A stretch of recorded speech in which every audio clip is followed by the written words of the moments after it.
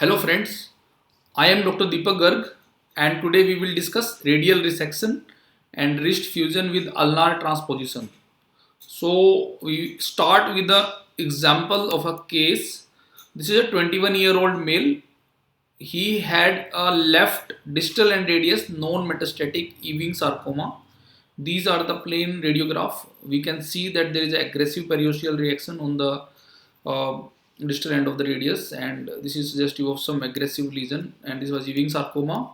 And these are the MRI images showing the lesion in the distal end of the radius.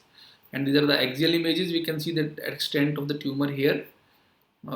So we will subsequently discuss these images again when we will plan the pre-operative planning for the radial resection. So in this case, when we want to go for the radial resection, we keep the patient in supine position on the with arm on the arm rest. We usually keep the tourniquet, but we usually don't inflate the tourniquet. We keep it in case we need it, in case there is a severe bleeding. Skin incision, we take the dorsal approach usually. If we go as per the oncological things, the biopsy, site of the biopsy, but usually we take the dorsal approach. The incision is from the mid of the third metacarpal. We pass just medial to the Lister's tubercle and mid of the forearm. So this was a approach. So this is a third carpal bone, and we keep the center of the third metacarpal. We keep medial to the Lister tubercle and the center of the forearm. So this is our incision. So we cut the subcut in line with the skin incision. So after we cut the subcut, we should have an anatomy in mind of the distal forearm. So the dorsal compartment is divided into the 6 compartments. The first compartment contains extensor pollicis brevis, abductor pollicis longus. The second compartment contains extensor carpi radialis brevis, extensor carpi radialis longus. So we can see that the extensor carpi radialis brevis and the longus, they mainly function at the wrist, and we are planning for the wrist fusion. So we may sacrifice these muscle or the tendons. We need not to save them, but other than these two tendons, we should save all the other tendons in the dorsal compartment. We should save the extensor first compartment, extensor pollicis brevis and the pollicis longus.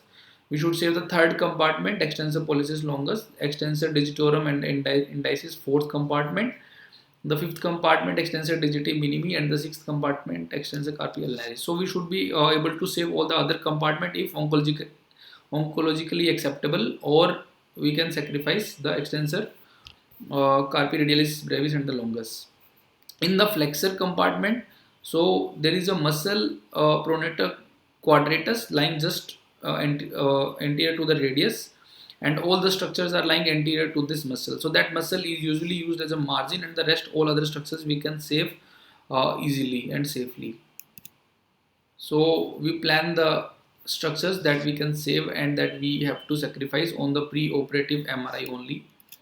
So we have already discussed that we cut only the second compartment, rest all other compartment we need to see. We can see this from the example of this animated model. We can see that all these superficial structures are there that we can save, or if we coming in between our dissection, then we can cut them.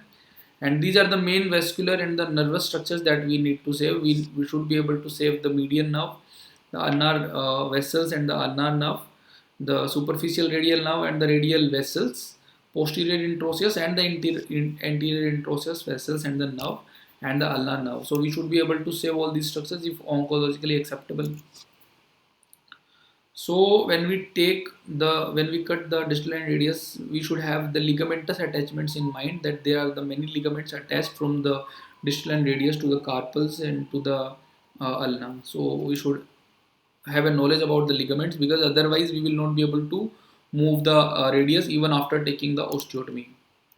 So this is a space diagram showing that the various structures that we cut and save. So this is the same case of the distal end radius that we showed earlier. So we were able to save all the structures, including the anterior introosseae and the posterior introosseae vessels and the nerves, and we sacrificed only the second compartment. So we have to measure the resection length from the pre-chemo X-ray and pre-chemo MRI.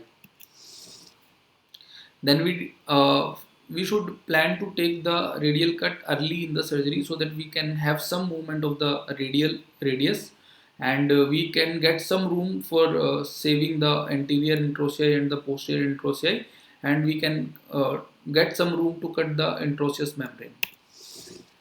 So we need to identify the posterior introccei vessels in the nerve, trace from proximal to distal. That will be easier because that will be easy to maintain a proper margin from the tumor, uh, and we should save it if it is oncologically acceptable. Similarly, we should do it for the anterior introccei vessels.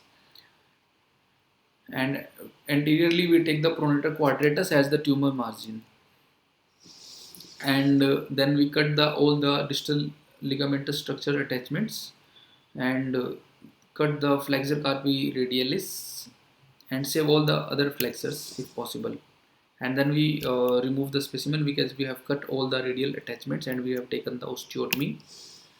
And this is one of the examples showing the resected specimen of the radius with all the appropriate margins, and we can see there is a distal and radius articular surface. We can see the cartilage properly, and there was no uh, breach of the articular surface.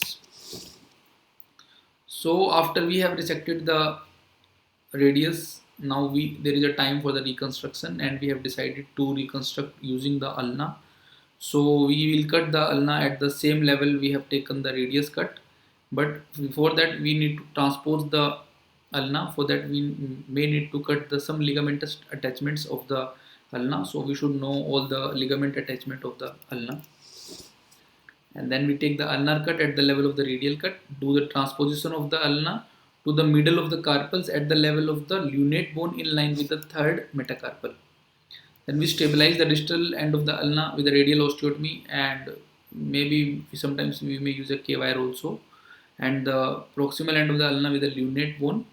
Fuse the wrist in 15 degree of the extension and slight ulnar deviation over the plate and the screws. So this is a post-op X-ray of the case that we did, and this is showing that we have to fuse in some 15 degree of the extension, and here we have used the recon plate, and this is a LCP plate that we have used here. So this was a immediate post-op clinical outcome. So patient was able to move all the fingers and the thumb. So this was about the case. Thank you guys. Thank you very much.